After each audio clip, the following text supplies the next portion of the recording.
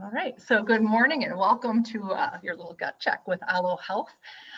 Thanks for coming on this morning. And if you're lunching and learning, that's great. If you feel kind of bold and brave, please don't hesitate to share your face with me and everybody else.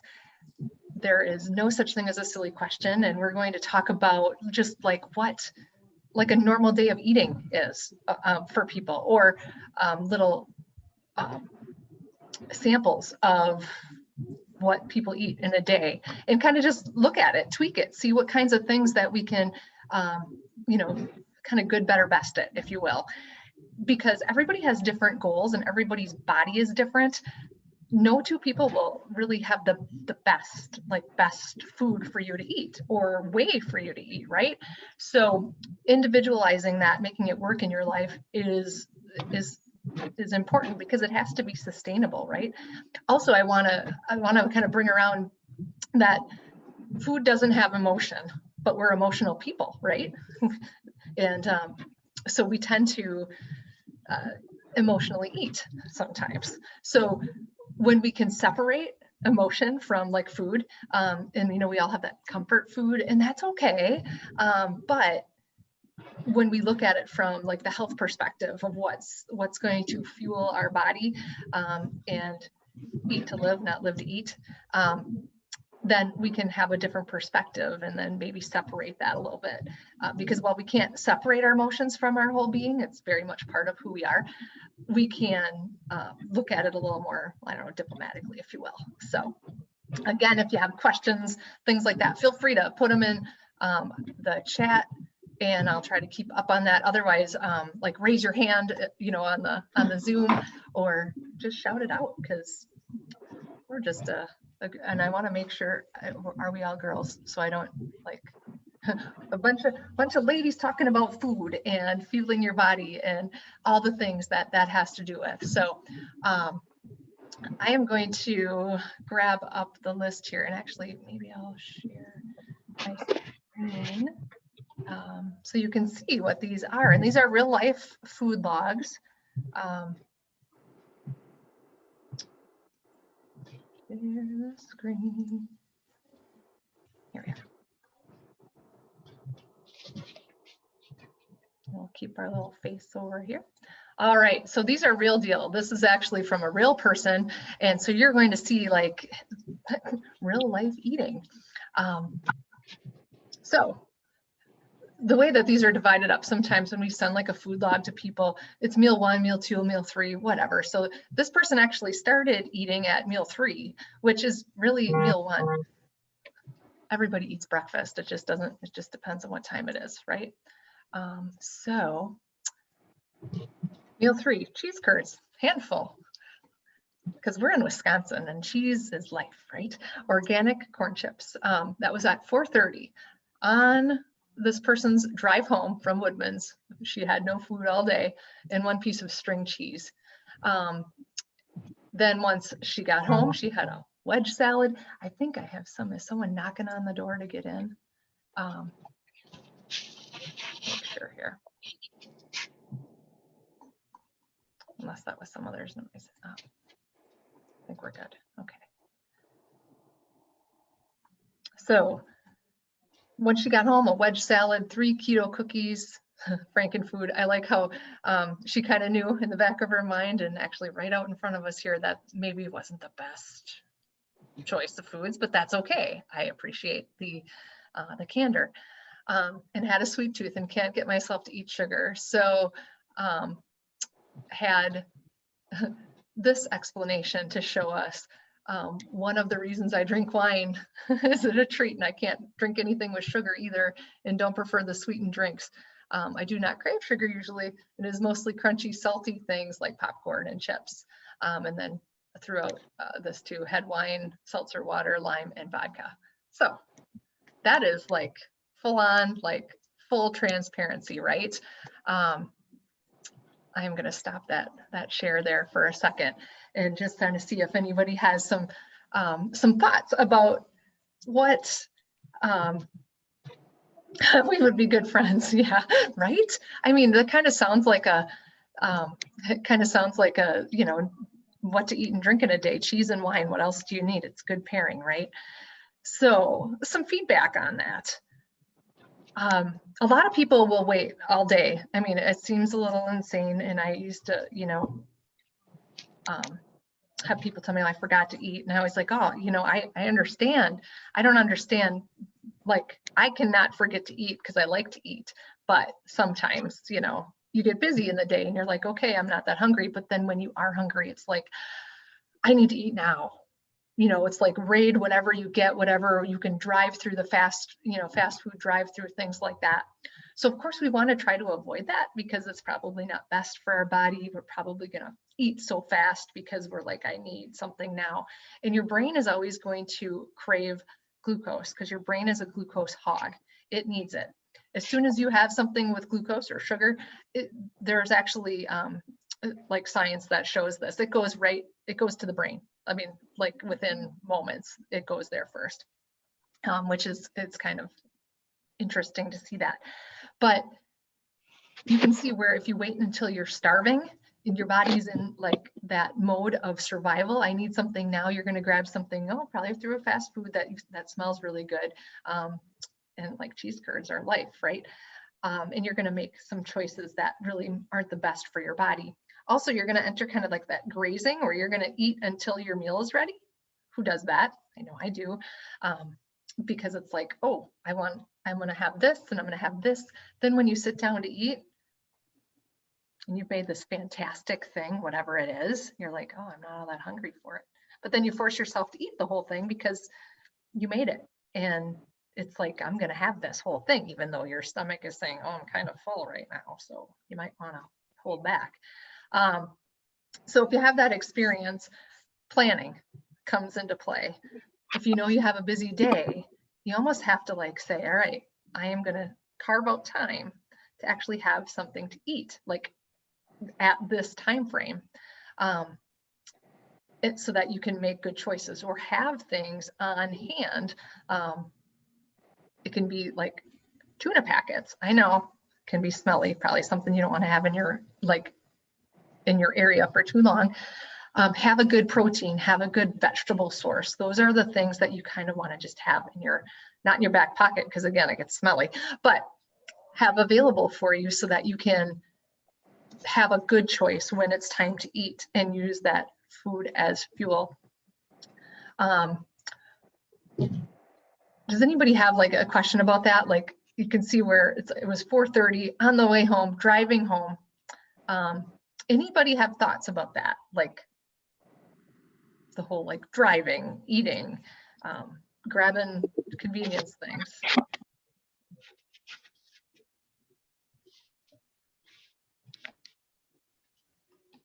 So one of the tweaks that I would highly recommend is try not to eat while you're driving, because that's stressful.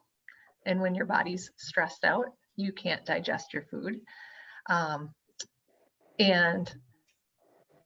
This is a great idea. Like to cook up chicken and cut up vegetables on Sunday, so I have good choices. Otherwise, I grab for the chips. Yeah, you wouldn't eat both. Tortilla chips, potato chips, salty things. Not always the sweet, but it's, high carb, salty. It's like, all right, I'm just gonna give into that. I like that too. So it's easier to eat healthy working from home. Fantastic. So there are some little nuggets of, maybe positives that have come out of people being forced to work from home for a while. You can food prep a little bit. And you're right, if you're out and about, most of us don't carry a cooler and food with us out in the vehicle, but there's another idea. There are so many different mobile things or food that doesn't go bad that you can carry with you. So of course, tweaks that I would make to that particular food log. Wait until you actually get home to eat, if you're able to. If you have to eat in your car, because it happens, it happens for a multitude of reasons. Carpool, kid to somewhere, work meeting goes later, something goes later. Don't drive. Sit in a parking lot and chew your food thoroughly, preferably not cheese curds.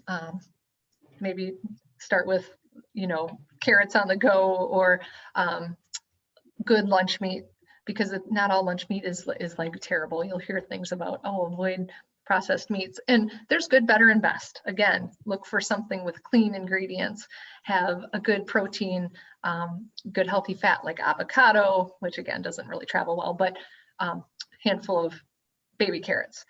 Those are things, eat them, chew them thoroughly until it's cake batter consistency. So we're going to go back to fundamentals every time. Calm down your breathing before you eat. Take a deep breath. Count to 10 or 20. Again, things that you don't want to be doing while eating or driving, having a stressful conversation, listening to politics. Definitely don't do that. And sometimes, like, even avoiding those really stressful conversations with the family at meal times. Save that for a non-eating time so that you can digest your food. But while you're preparing your food, also try not to graze on what you're making. You will appreciate that a lot more. And then, of course, the wine. So wine in and of itself, antioxidants, grapes, things like that. But one of the comments that I found that was really interesting in, her explanation of explaining why she, has certain things over others. Wine is alcohol and there's sugar in it.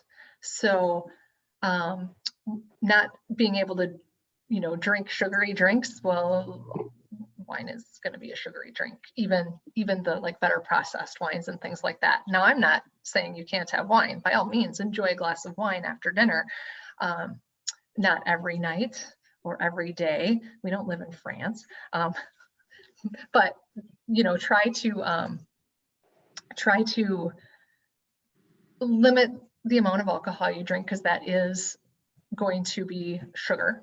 It's going to stimulate insulin response. It's going to also stimulate other responses in your body. It can mess with your hormones. Some wines are better than others, and you want to watch that too. So we won't go into the whole wine talk today, but if you tend to have responses from wine, like a red face, blotchy skin, get really hot, you're not digesting it quite right, or it's just maybe not a good quality wine. So I want to bring up the next food log. Share my screen again.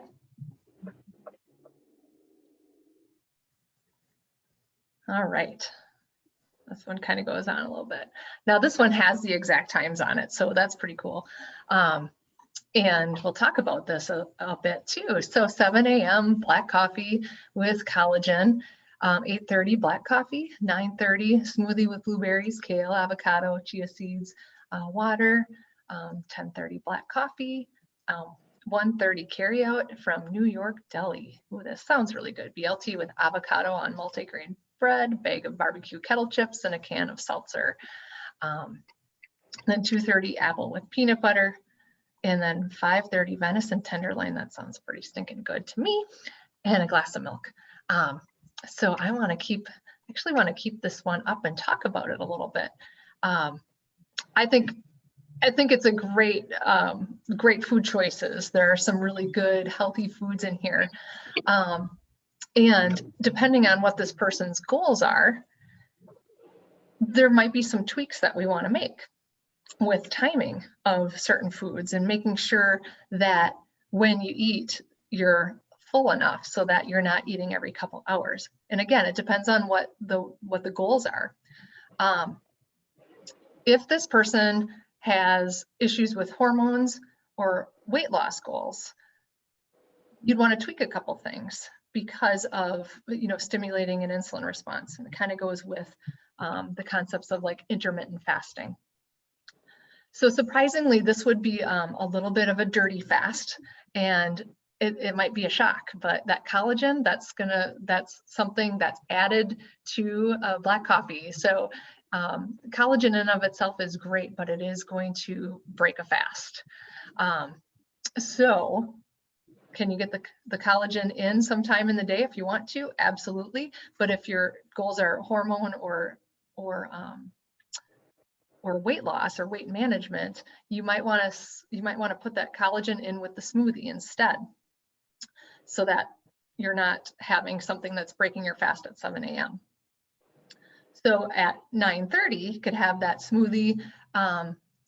It has really great things in it. You got veggie, you got blueberries, avocado for a nice healthy fat, chia seeds for essential fatty acids, and then of course hydrating water. If you add that collagen in there, then you're also getting some good protein in there at that time, and it's a great way, to break a fast. Not every single day.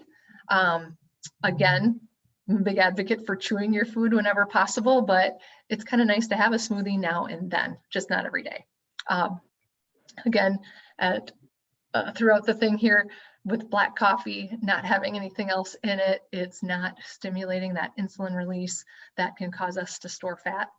And all in all, this lunch right here is a great lunch as long as it's filling you up. Sometimes what we do is we think, oh, we can't eat until we're full, because we're in kind of that thinking, I need to reduce what I'm eating each time and leave myself hungry. That actually can work against us and our goals. I think if you were on last time, we talked about the stomach being a whoopee cushion, not a cauldron. So our stomach will communicate with our brain, that gut-brain communication, when we're starting to get full, and we'll start to slow down. And that's why it's important to eat slowly, chew your food thoroughly, and eat in a calm, quiet environment whenever possible. If you're feeling still hungry at the end of the meal, then you want to add a little bit more in so that you're not hungry again in an hour or two. Again, keeping that, time period where you're inducing an insulin response to meal times and not like a grazing sort of situation is better for those kinds of goals. Does anybody have questions so far? Comments? Jen, can you talk a little bit more about intermittent fasting? I had kind of heard that kind of wreaked havoc on hormones and things like that, but I'm wondering with this person, is that sometimes a good thing depending on the person?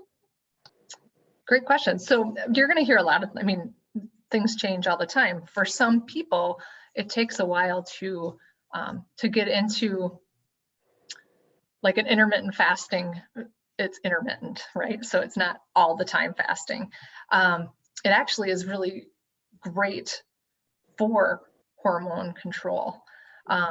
And it's, specifically like the insulin release and female hormones. It can also be leveled out because everything plays together. But there are two hunger hormones, leptin and ghrelin. And oh, right. And someone said, I heard that grazing can be better for some people as opposed to 3 larger meals.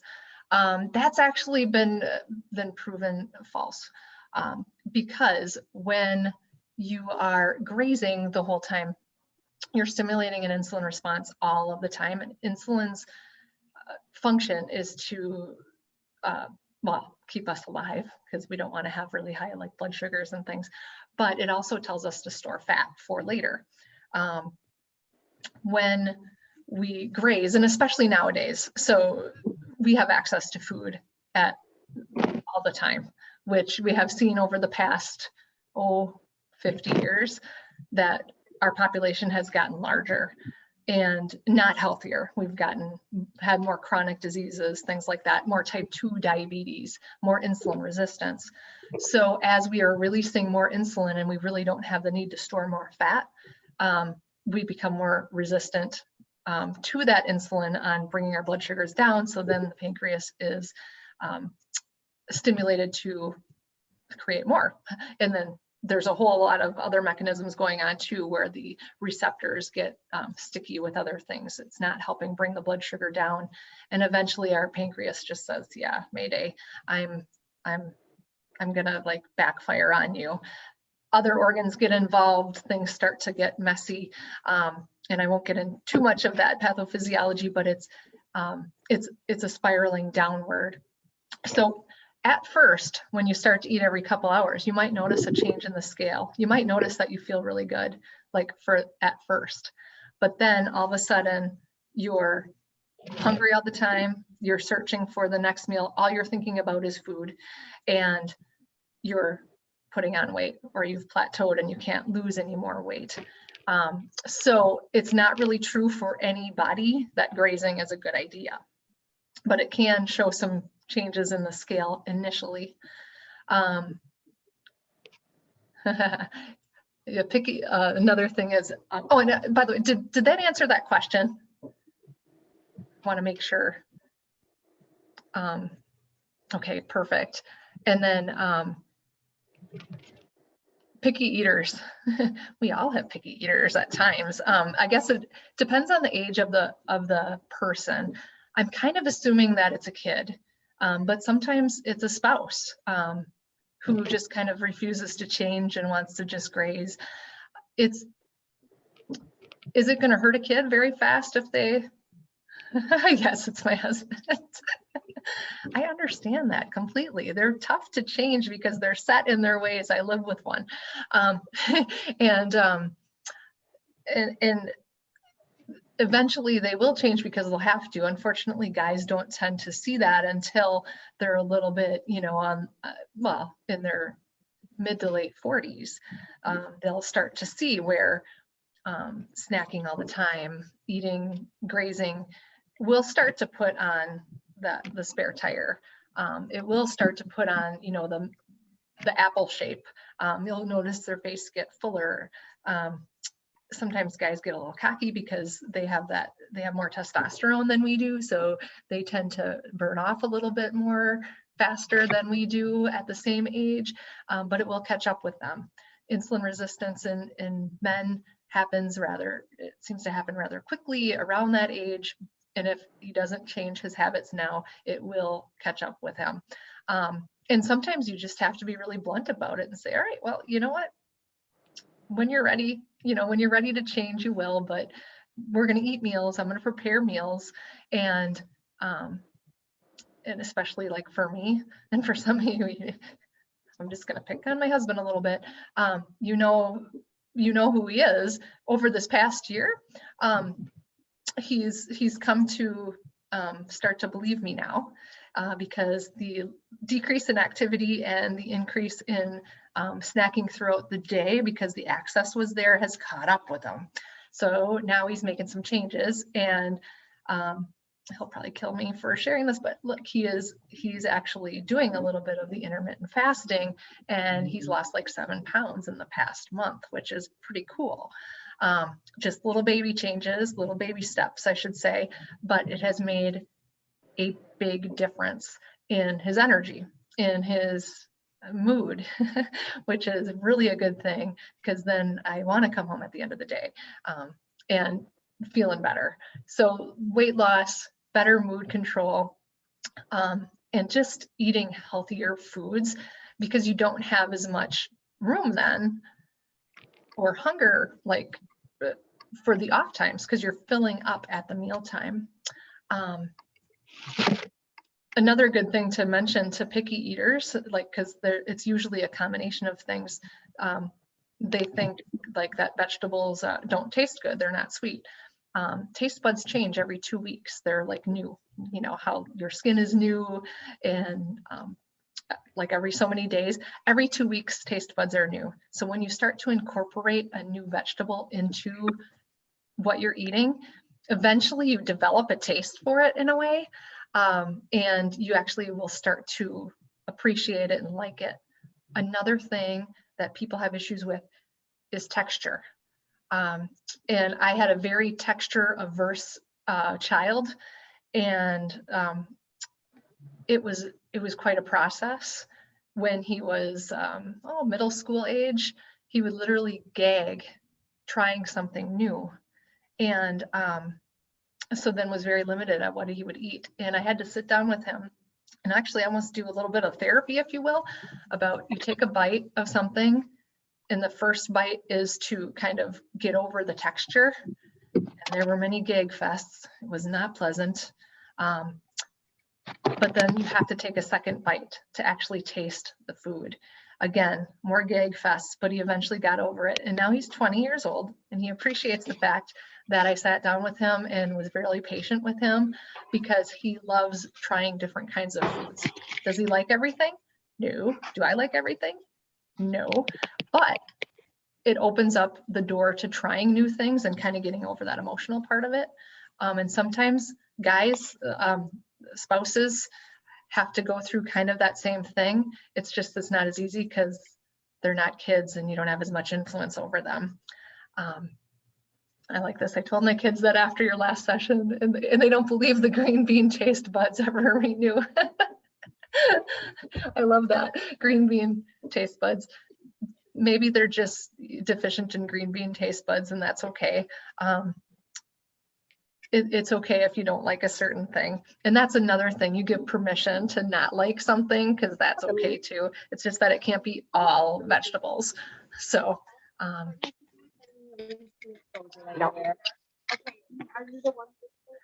right.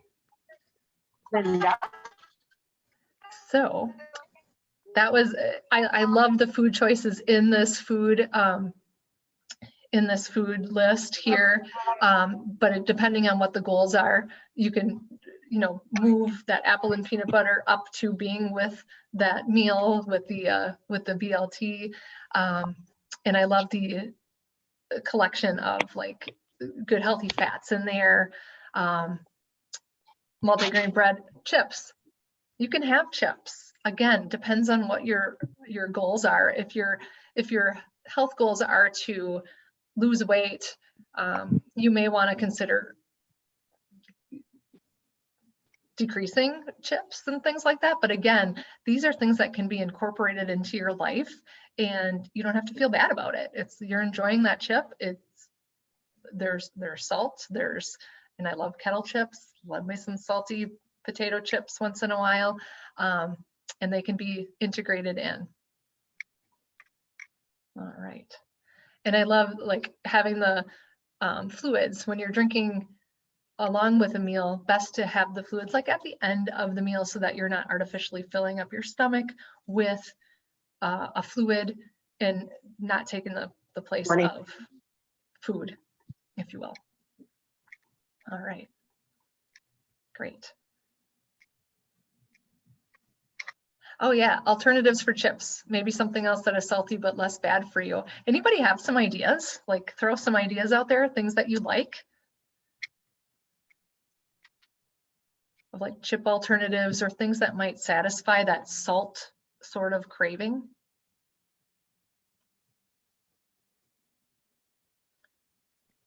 Pretzels, nuts. Yep, again, depending on what your health goals are. I love nuts as an idea as long as you're not allergic to them. So nuts are a great choice. And one thing about nuts, so this is going to sound kind of funny, but there is an advantage to soaking nuts and dehydrating them prior to eating. Now, by all means, if you're eating nuts, that's great. Make sure you're chewing them thoroughly, releasing, the natural enzymes that are in them. But nuts and seeds have an anti-enzyme to them. And one way you can get rid of that anti-enzyme is by soaking them before. And let's see, I know there's some background noise here. And his personal stuff. And I'm going to try to see if I can mute everybody. Yeah, he's got a closet with his personal stuff, and I put it by his shoes. All right, Linda, I think we can hear what you're saying. I just wanted to kind of give you a heads up so you don't say something that you don't want everybody to hear. I think it's fine to call in the hospital. There we go. Got it. All right. So we have nuts. If you soak the nuts, like hard nuts, like almonds, we can soak them for about 4 to 6 hours. I tend to soak nuts overnight because I don't want to think about it too much. But you soak them in water, then drain them off, and then you can dehydrate them either in an oven at a low setting, or if you have a dehydrator, there's actually a nut setting. It's amazing the flavor that comes out of like walnuts. Walnuts tend to have that little bitter taste to them, but they are so much better after you've soaked them and like dehydrate them. It's just a really nice flavor. You can salt them with some sea salt if you want to, but I find, the natural flavor of the nuts is really good. Pretzels, again, pretzels are fine. They might be a little bit too carby for some people. Again, if weight loss and like hormone control is one of the things that you want to do, trying to combine like pretzels with more of a mix of nuts and maybe some raisins and fruit sorts of things that can help a little bit of that, but not a bad thing. Homemade sweet potato chips. Well, these are great. Homemade sweet potato chips. I love sweet potatoes, and you can make chips really healthily.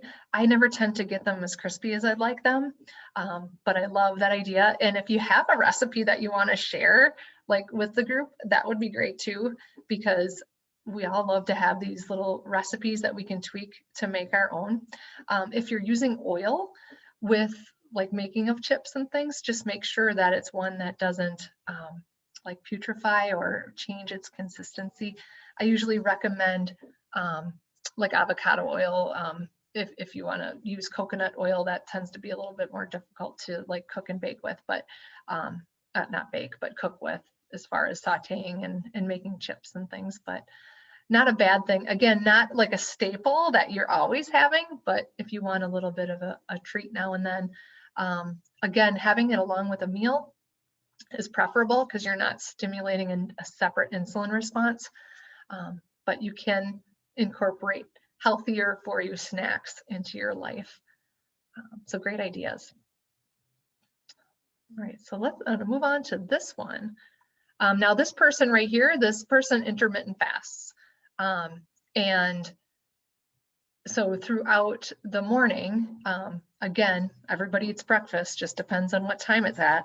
Throughout the morning, this person has their fasting time. So overnight from the night before, at 8 o'clock is the last thing until about 2 o'clock the next day is their fasting time. So black coffee, black tea, unsweetened, unflavored teas, water, all of that is what this person has throughout the day until about 2 o'clock. And then at that time, they break their fast with a large bowl of mixed greens, broccoli, red cabbage salad that's all mixed together, and then topped with grilled chicken and homemade faux Caesar salad dressing. It's a big salad. We're talking like more like a serving bowl salad usually. And again, kind of depending on how much it takes to fill up. If this salad bowl doesn't fill that person up, then they usually will reach for something that will help fill in the blanks. Like if it's a little bit more chicken or a little more salad or something like that, or even something else on the side. But usually that large bowl does the trick. Again, serving bowl, chewing it thoroughly, eating slowly, and having a nice portion of that grilled chicken with it. When we say, okay, what's the portion of like the protein to put on that salad? It varies for different people. For me, it's probably about, my hand size, which again, it varies. I don't measure anything when I have my meals and make food, but I kind of eye it up and I know I can always add more, and I know that I can leave food on my plate. That took a lot of getting over with. I was raised, finish what's on your plate, and you're not leaving the table until you do. that's not a really great way of thinking, because it kind of teaches us that we have to eat past the time we're, hungry. Now for kids, there are some different things, because again, if you have a picky eater, or like someone mentioned their husband, that, if it doesn't like something, they'll just leave it there and they won't eat. There's different strategies for that. But usually people will eat when they're hungry enough to eat. So then after the, what would be breakfast, but most people would categorize that as a lunchtime, this person has water throughout the day, sometimes warm water. A little thing people often go to is like ice cold water. Many of us can't drink ice cold water, or shouldn't, because ice cold water needs to be heated up by our body, and that requires more resources. So sometimes we can't hydrate as well if we're drinking ice cold water, because our body needs to heat it up in order to actually use it. So warm water or room temperature water is oftentimes better tolerated and a little more hydrating for you, which just kind of blows people's minds sometimes. Also, if you tend to choke on water, because some people are, I can't drink cold water, that could be an indicator that your thyroid is having some issues as well. Again, I always encourage people to get a yearly checkup, make sure everything's working well, and get your thyroid checked, especially if you're in your, over your late 20s, because our thyroid function tends to decline. Now, there are other reasons for that as well.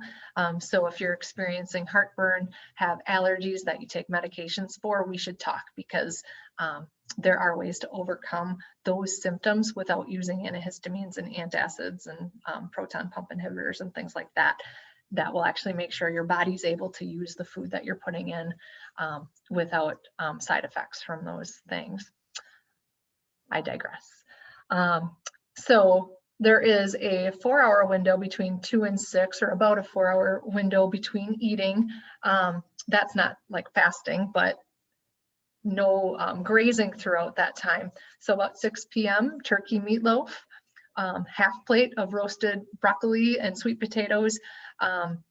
Again, they're roasted and then usually reheated. And then a chocolate Johnny Pop, because man, if you've had those are great. Those from Costco. And a little confession is, so sometimes I have a little self-control issue with Johnny Pops, so I try not to have them in the house. But Johnny Pops are tasty. They're generally clean, non-GMO things, but again, it's like a treat. Here's a part that I like to tell people: if you're going to have dessert, you're going to have a treat, you're planning to like have a special thing after supper, have it at the end of supper, have it at the end of your meal, because again, you're not stimulating another insulin response. So you also don't want to decrease the amount of food that you're eating at a meal, because you're like, oh, we're gonna have, this later.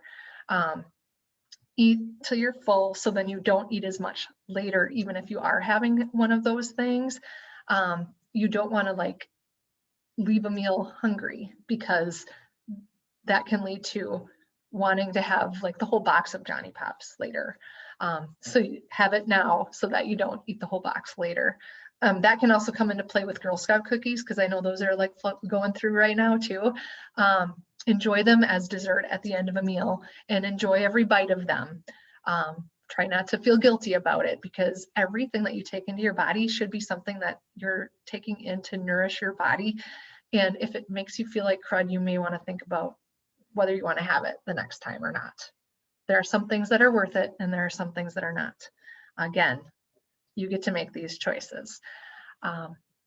So then on this particular day, this person had a bowl of sea salted popcorn and Claire Brune sparkling water, and enjoyed every bite of it, because that's what you need to do with that, with those things that you choose to have. Again, if this person's goal was weight loss, I'd probably cut out that 8 p.m. snack, and even somewhat reconsider the Claire Brune, if it's flavored, because it can stimulate, you know, that insulin response as well. You're having it with a snack, you're stimulating an insulin response anyway. And it's still a couple hours before this person goes to bed. That's another important thing. You don't want to eat right before going to bed. If you find that you need to have a bedtime snack, the reason why that bedtime snack helps you fall asleep is because you have that snack and the sugar, you know, your sugar goes up, you get an insulin response and you might be crashing. That crash is putting you to sleep. So that's something to think about. It's like, oh, why do I need that? And I know I can relate because that would be something that would totally have been me. I was a grazer. I was an every couple hour eater.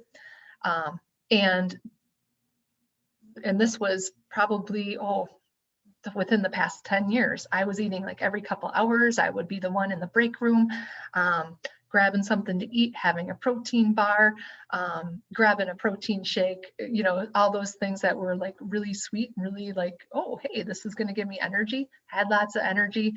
But then my hormones took a dive and it happened rather quickly. But I was not overweight. So I was like, oh, I can keep doing this and it's great. But it caused me to crash. And I was in my mid 30s 10 years ago. So it's like, okay, why was I eating every couple hours? I wasn't eating enough fat. I wasn't eating enough protein. I was eating a lot of processed things, if you will, and convenience things. I was a person to open the refrigerator or the pantry 10 times in a row thinking something new was going to pop up in front of me. And then I usually ended up going for something that was quick, just to fuel me like right away. My brain was like, give me that glucose. So a lot of us can relate to that. I had to turn it around because then, you know, I hit 40 and I started to put on some weight. And it wasn't as easy to take it off, even though I was working out and everything and very busy with the kids. I started having, you know, a lot of shifts in what my body would allow me to do. So that's where I had to stop the grazing, stop eating every couple hours, and rethink how I was going to fuel my body the right way. Does anybody have any questions or other things you want to talk about with those different meals? I might have missed this, but is there a recommended time to fast if you're doing intermittent fasting as a woman? How much time should that be? That's a great question. So again, everybody's different. So usually, like when we recommend someone try out intermittent fasting, pick a couple days, you know, the first week and do 16-8. So you are fasting for 16 hours, which, you know, a lot of that, at least half of that, you're probably sleeping. And your eating window is 8 hours. And again, you don't want to be grazing that whole time, but you want to be having thoughtful meals and eating until you're full. And food choices are another thing to integrate in there, but there are some people who do intermittent fasting and have a really crappy diet, and they still they'll show some changes in like maybe weight for a while, but they will plateau. They're not making those good food choices. They'll have other things going on. So that's kind of like the catch-all. Like people are super excited. They start intermittent fasting and like, I can eat whatever I want. I can have like, you know, fast food and I can do that. And they'll lose weight at first, but they will plateau. You really want to be incorporating those really healthy food choices into your life. And I have this there's a visual, one of our visuals is the healthy plate. And you can kind of see where veggies are half the sheet, you know, half the plate, if you will. And I like to say there's a line of fruit in there as well. I'm not anti-fruit. I think fruit has a lot of value. I prefer to have it at the end of a meal because that way it's like a dessert. Then there's healthy grains in there that take up about a quarter of your plate, healthy protein that take up about a quarter of the plate, and healthy fat, which you want to integrate into every meal that you have. if possible. Now, a way of getting healthy vegetables into your life, like more consistently, because people are like, oh, how do you get, how do you get up to, 5 servings of vegetables in a day? Have vegetables for your first meal. Again, food is food. There's no such thing as breakfast food or lunch food or all of those things. Food is what you take into your body, and you can have salmon as your breakfast. You can have meat. You can have vegetables for breakfast. But you want to make sure that you're incorporating those healthy food choices into your life every single day, so that your body can get a good nutrient profile in every day. And there will be days that you're having maybe a little more protein than the other day, or maybe a little more carbs than another day. But to answer your question, 16-8 is a good place to start for picking a couple days in a week that you're going to intermittent fast. And then you can go to doing that every day with a day off, like a day that maybe you eat earlier in the day. You kind of relearn your body's cues and hunger cues. But again, eating slowly, eating in a calm, quiet environment, eating until you're full, and then stopping are all good fundamentals. So, great question. Ooh, someone shared a recipe. Love that. All right. How do you start fasting? I'm a love to eater, but the husband is an eat to survive. We want to compromise, so I fast and he eats when I eat. Oh, hey, I love to eat. I love to eat. I love food. And sometimes I'm disappointed that I'm not hungrier than I'm like, oh, I really wanted to eat like more of that because it tasted so good. But I know that if I do, I'm going to feel bloated, I'm going to feel so not so good. So by starting fasting, again, I'd pick a day. You think about it. It's a mental thing. You're going to be like, oh gosh, I'm geared up for this, and I'm going to be hungry. If you think about it too much, yep, you're going to be thinking about it too much. But let's say you pick a couple days from now that you're going to choose your eating window. Make it work with your life. I intermittent fast where my fasting window is like, night till half the day is done. But some people that we work with actually eat in the morning and then they don't eat at night. It can depend on what your schedule is. It has to work with your life, and you can shift it around as well. So look at your day. I would encourage you to journal for a few days, journal what your schedule is. Just so that you kind of get an idea of what your life looks like and how you can make it work in your life. Once you do that, like writing down the times and what you're eating at those times and how you're feeling, again, only do it for a few days because it can be a little bit like, okay, this is a pain. But once you develop that and kind of know what you do, then you can look at, all right, on this day, my schedule is pretty much what it always is as far as work and life and all the things I do. I'm going to wait until this time to eat. For some people, it's like, okay, I can make it to 11 o'clock before I eat something or have creamer in my coffee, because that's a thing too. It's like, ooh, creamer breaks your fast. Anything that you put in, whether it be protein or fat, like some people put coconut oil in their coffee to add a little more healthy fat to their life. That's the way you do it. You want to say, okay, I can break my fast at this time. I'm going to eat my meal, breakfast, whatever it is. And then a few hours, 3 to 4 hours later is when I'm going to have another meal. That's how I would look to start it. Again, you can tweak those things down the road, but pick that one day, do the intermittent fasting that day, keep track of how you're feeling when you're doing that. Keep track of how you're feeling the next day, because the next day may not be a fast day for you. And you may be hungry right away in the morning, or you may be like, you know what, I'm not all that hungry. So even though it's not a fast day, maybe I'll just eat a little later. Does that make sense?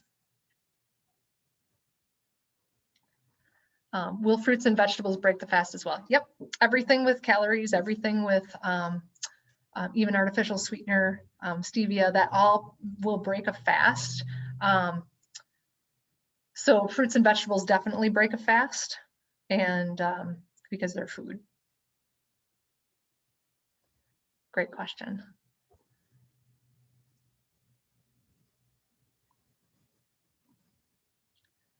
So anytime someone's considering like starting intermittent fasting, again, I encourage you, make sure that everything in your body is good. Like make sure you don't have anything going on that you would need to seek medical attention for. To have a talk with your doctor, to say, hey, is this all right? Of course, we'd love to chat with you as well. If you are wondering, oh, okay, what do you think? Do you think intermittent fasting would be a good idea for me? I'd love to have a free consult with you, talk, no obligation, no pressure. We can chat about what might be going on with you or, different approaches. And then if you want to give it a try, there's nothing holding you back. It's totally free to try intermittent fasting. There are so many resources online. If you did a search on any of the social media platforms, you're going to find a lot of resources. There are books. So the Obesity Code, Fast to Heal, which is actually written by our friend Shanna Hussein, right in Kakana. She's got great resources and she's on Facebook as well. I encourage you to look at her, follow her. There is Delay, Don't Deny, which is a little easier read than like the Obesity Code is a little bit technical. I can repeat the title. So Fast to Heal is by Shanna Hussein.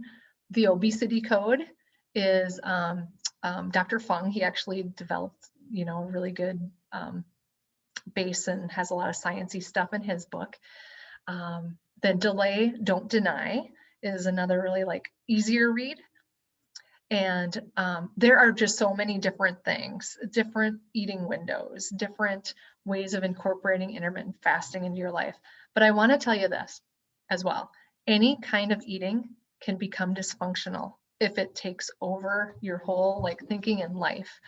So something that I really like too, and what really hit home for me years ago, I read like the Whole30, that like paleo on steroids, if you will. And the book that kicks it off is it starts with food, something like that. And it's by Melissa Hartwig. She really like had some nuggets and light bulb things in there about emotions and how food makes us feel not only physically but emotionally. So it's really good for the psychology of it, and I encourage that. Again, lots of Whole30 resources out there for free. I encourage you to take a look at those. And of course, Alo Health. We love to be resources for you. We just launched our new website, which we're trying to get some more resources linked within it. So check that out. We're on Facebook a lot with resources. There's a Wellness with Alo Facebook group, which is a little more interactive.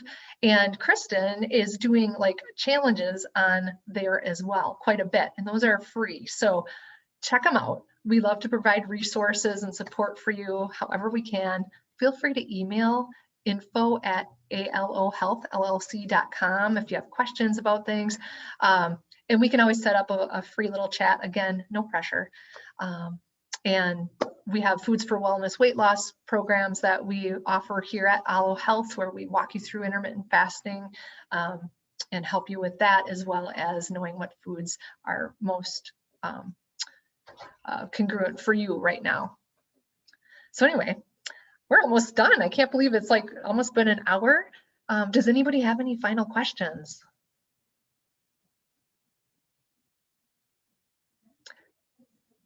How do we do the consult? Okay, great. You can give me a call. You can give a call 920-221-3444. You can also go on our website. There's a link to schedule your own free 15-minute consult. And all over our Facebook page too, I usually link in there to go ahead and schedule, and you can self-schedule what works best for you. And great question. Thanks for asking that.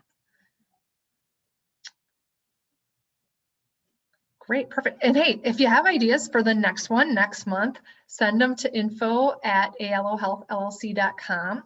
And And we'll do that.